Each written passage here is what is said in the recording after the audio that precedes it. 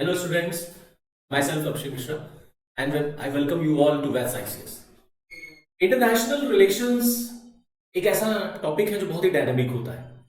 हाल फिलहाल की घटनाओं पर अगर हम नजर डालें तो आप ये पाएंगे, आप ये देखेंगे कि बहुत तेजी से अंतर्राष्ट्रीय स्तर की घटनाएं जो हैं वो बदल रही हैं। और नंबर ऑफ कंट्रीज जो कभी फ्रेंड हुआ करते थे वो दुश्मन हो गए, जो दुश्मन हुआ करते थे वो दोस्त बन रहे हैं। और इंटरनेशनल रिलेशंस में कहा भी जाता है कि आपका ना कोई परमानेंट फ्रेंड होता है और ना ही कोई आपका परमानेंट एनिमी होता है। हाल के दिनों में अगर आप देखेंगे तो एक बहुत इंपॉर्टेंट न्यूज निकल के सामने आ रही है। वो है रशिया, ईरान और चाइना की जो ऑन गोइंग नेवल ड्रिल चल रही है इस समय गल्फ ऑफ ओमान में, जैसा कि आप देख भी रहे हैं स्क्रीन पर, जो कि बेसिकली सिक्योरिटी बॉन्ड के नाम से जानी जाती है। इस वीडियो लेक्चर में आज हम यही डिस्कस करेंगे और हम लोग यही समझने की कोशिश करेंगे कि ये जो रशिया और चाइना के बीच में जो नजदीकियां बढ़ रही हैं, आपके मन में ये बात भी आ रही होगी और आपने देखा भी होगा, इधर लगातार वो चर्चा में बना रहा कि जो ये रशिया और जो है चाइना के बीच में नजदीकियां बढ़ रही हैं, इसका इंडिया के ऊपर क्या इम्पैक्ट पड़ेगा। क्या भारत को इससे डरने की जरूरत है? क्या भारत को टेंशन लेने की जरूरत है? क्या हमें अपनी फॉरेन पॉलिसी को फिर से रिडिजाइन करने की जरूरत पड़ेगी? कैसे हम इस जो दोस्ती हो रही है, जो नजदीकियां बढ़ रही हैं, इससे हम कैसे डील करेंगे? तो चलिए फिर शुरुआत करते हैं आज के इस वीडियो लेक्चर की। तो एक्चुअली में अभी रिसेंटली या यूं कह लीजिए कि चल ही रहा है, रशिया, चाइना और ईरान की जो नेवीज हैं वो गल्फ ऑफ ओमान में एक ज्वाइंट नेवल ड्रिल कर रही हैं जिसका नाम सिक्योरिटी बॉन्ड है। ये पहले भी हो चुका है, 2019 में भी हुआ था, लास्ट ईयर भी हुआ था, इस बार भी हो रहा है। अब आप ये सोचेंगे कि नेवल एक्सरसाइज हो रही है या आर्मी की एक्सरसाइज होती है या नंबर ऑफ कंट्रीज आपस में मिलकर के ज्वाइंट एक्सरसाइज तो करते ही रहते हैं, तो इसमें नया क्या है? इसमें नया ये है कि ये जो तीन कंट्रीज आप देख रहे हैं अपने स्क्रीन पर, that is your Iran, Russia and जो चाइना, इन तीन कंट्रीज में एक चीज कॉमन है and that is all these three countries are rival of the US. Okay, ये तीनों देश ऐसे हैं जिनकी वर्तमान स्थिति में, वर्तमान कंडीशन में अमेरिका से नहीं बन रही, और ये तीनों अमेरिका के समय एंटी। ये चीज बड़ी कॉमन है कि तीन अमेरिका के एंटी कंट्रीज जो है वो एक साथ आ गए और एक साथ वो गल्फ ऑफ ओमान में ड्रिल कर रहे हैं। तो इस ड्रिल का क्या स्ट्रैटेजिकल इंपॉर्टेंस है, इसको कैसे अमेरिका ने देखा, ये सारी चीजें हमें समझनी है। बट बिफोर दैट एक बार जरा गल्फ ऑफ ओमान की लोकेशन देख लिया जाए तो आप देखेंगे गल्फ ऑफ ओमान, एक तरफ आपके ईरान है, एक तरफ आपका यूएई है, सऊदी अरब है आपका, पर्शियन गल्फ लग रहा है, ओमान है आपका, और एक तरफ अरेबियन सी है, और पाकिस्तान भी गल्फ ऑफ ओमान से टच करता है। तो ये गल्फ ऑफ ओमान में जो ये ड्रिल चल रही है, ये एक्चुअली में शो करता है, दिखाता है कि तीनों कंट्रीज जो है एक साथ मिल करके वो अमेरिका की हेजेमनी को, अमेरिका की तानाशाही को, डिक्टेटरशिप को चैलेंज करना चाहती है। और तीनों कंट्रीज का ये मानना है कि इस प्रकार के जो नेवल एक्सरसाइजेस हैं, इससे इस रीजन में कोऑपरेशन बढ़ेगा, रीजनल पीस और स्टेबिलिटी आएगी। अब एक क्वेश्चन ये उठता है कि चाइना इतना इंटरेस्ट क्यों दिखा रहा है इस रीजन में। देखिए, अगर आप हाल की घटनाओं को समझें और देखेंगे तो आप ये देखेंगे कि जब से ये रशिया यूक्रेन वॉर शुरू हुआ है, तब से वर्ल्ड ऑर्डर में बहुत कुछ चेंजेस देखने को मिला। जैसे फर्स्ट वर्ल्ड वॉर के बाद वर्ल्ड ऑर्डर चेंज हुआ, सेकेंड वर्ल्ड वॉर के बाद वर्ल्ड ऑर्डर चेंज हुआ, कोल्ड वॉर के बाद वर्ल्ड ऑर्डर चेंज हुआ, ऐसे इस रशिया यूक्रेन वॉर के बाद भी वर्ल्ड ऑर्डर में बहुत परिवर्तन देखने को मिला। सबसे इंपॉर्टेंट क्या चेंज देखने को मिला कि अमेरिका खुल करके रशिया के खिलाफ आ गया और अमेरिका ने रशिया के ऊपर नंबर ऑफ सैंक्शंस लगा दिए। उसी समय दूसरी तरफ चाइना ने खुल करके रशिया का सपोर्ट कर डाला और उसने रशिया से और अपनी दोस्ती को बढ़ाना शुरू कर दिया। वहीं आप दूसरी तरफ देखेंगे कि जब से इस्लामिक रिपब्लिक बना, ईरान इस्लामिक रिपब्लिक बना 1979 से, तब से आप देखेंगे कि ईरान और अमेरिका के रिलेशंस हमेशा हॉस्टाइल रहे, कोई बहुत अच्छे रिलेशंस नहीं रहे। तो अमेरिका जिस तरीके से वर्ल्ड ऑर्डर को चलाना चाहता है, अब ये देश ये चाहते हैं, ये कंट्री ये चाहते हैं, वैसे नहीं चलेगा। इसीलिए रशिया जो है वो चाइना की तरफ और चाइना जो है वो रशिया की तरफ दोस्ती के हाथ बढ़ा रहे हैं, और दोनों कई जो है प्लेटफॉर्म्स पर, कई एरियाज में आपको एक साथ नजर आएंगे। अब माइंड में एक क्वेश्चन ये आ रहा है कि रशिया और चाइना, या स्पेशली आप ये कहिए कि चाइना जो है वो इस तरीके से गल्फ ऑफ ओमान में जाकर के ड्रिल्स को करने की क्या जरूरत पड़ी। देखिए, अगर आप गल्फ ऑफ ओमान की लोकेशन को देखेंगे तो बेसिकली मिडिल ईस्ट का एरिया कहलाता है, और कोविड के टाइम के बाद से जो इकोनॉमिकल डाउनफॉल हमको चाइना में देखने को मिला, जो इन्फ्लेशन हाइक हमें देखने को मिला, जो बेरोजगारी दर चाइना में बढ़ती हुई नजर आई, देखने को मिली, और जिस तरीके से दुनिया के तमाम देशों ने मिलकर के चाइना को अटैक किया, that this China is responsible for COVID, और चाइना की इकोनॉमिकल डाउनफॉल जो कि रिसेशन के दौर में चली गई। अब इस कंडीशन से निकलने के लिए चाइना को अपनी इकोनॉमी को फिर से रिवाइव करना है, और इकोनॉमी को रिवाइव करने के लिए आपको एनर्जी चाहिए, और एनर्जी का सोर्स कहां है, तो पता चला मिडिल ईस्ट है।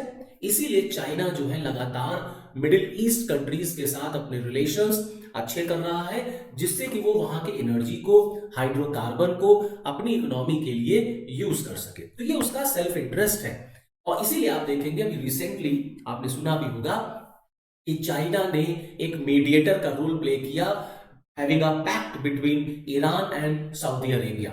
ये भी एक बहुत इंपॉर्टेंट जो न्यूज रही, जो घटना रही, वो वर्ल्ड ऑर्डर में, इंटरनेशनल रिलेशंस में हमें देखने को मिली कि दो दुश्मन राष्ट्र जिनके बीच में डिप्लोमेटिक रिलेशंस नहीं रहे, कभी बहुत हॉस्टाइल रिलेशन रहे, that is between Iran and Saudi Arabia, उन दोनों ने मिल करके एक पीस एग्रीमेंट और एक डिप्लोमेटिक रिलेशंस को सेटअप करने का एग्रीमेंट फिर से साइन किया, और उसमें चाइना ने बड़ा इंपॉर्टेंट रोल प्ले किया। ये ईरान और सऊदी अरेबिया में क्यों हॉस्टाइल रिलेशन रहा, ये आपके माइंड में प्रश्न आ रहा होगा। तो इसका मैं आपको आंसर बताना चाहूंगा कि देखिए, ये दोनों के रिलेशंस हॉस्टाइल इसलिए रहे, it's just because of creating hegemony and who is going to control the Middle East और दैट इस्लामिक वर्ल्ड।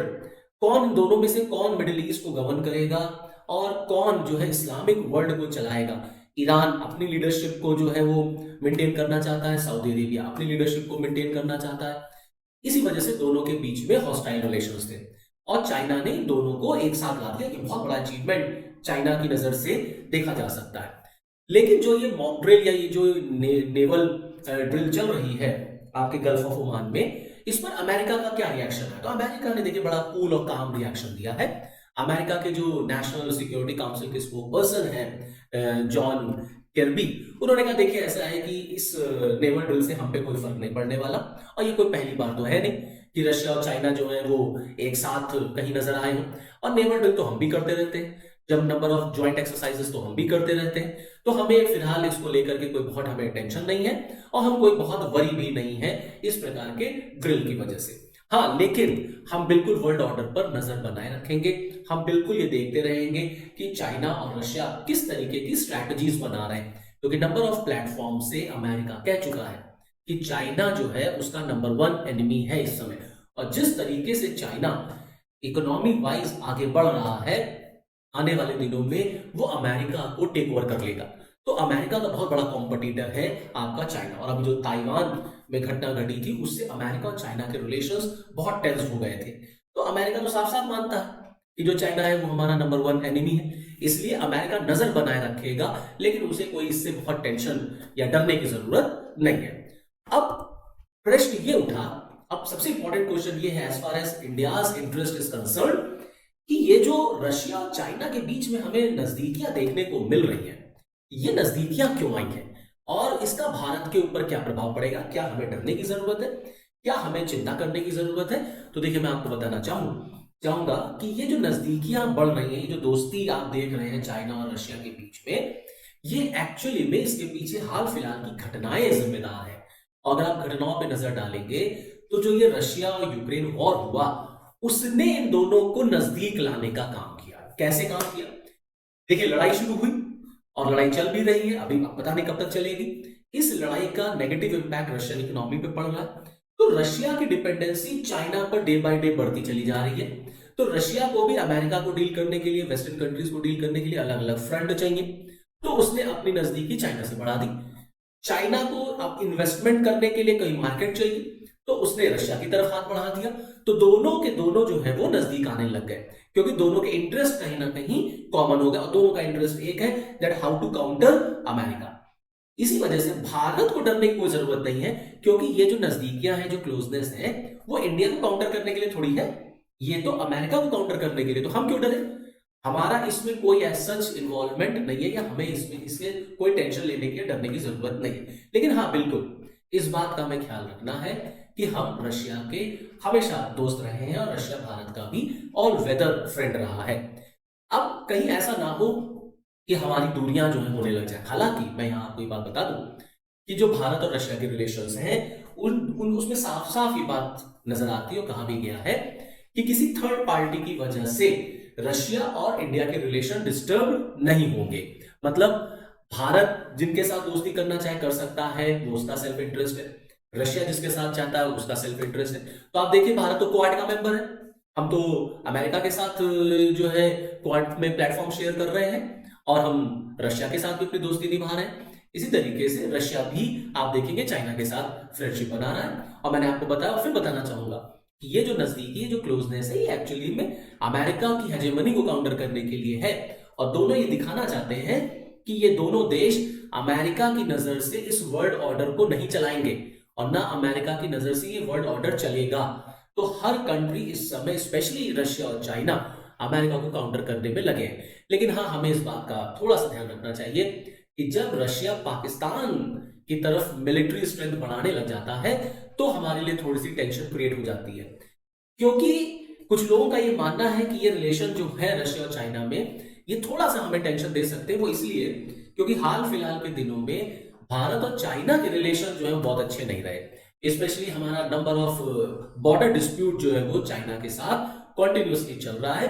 फिर चाहे वो आपका डोकलाम इशू रहा हो, चाहे वो आपका गलवान वैली रहा हो, या त्वांग सेक्टर का इशू रहा हो। तो जब हमारे रिलेशन चाइना के साथ अच्छे नहीं है और चाइना के रिलेशन रशिया के साथ अच्छे हैं, तो थोड़ा बहुत हमें जो है इसको देखना पड़ता है कि ये वर्ल्ड ऑर्डर में और ये इंटरनेशनल रिलेशंस में क्या चेंजेस आ रहे हैं।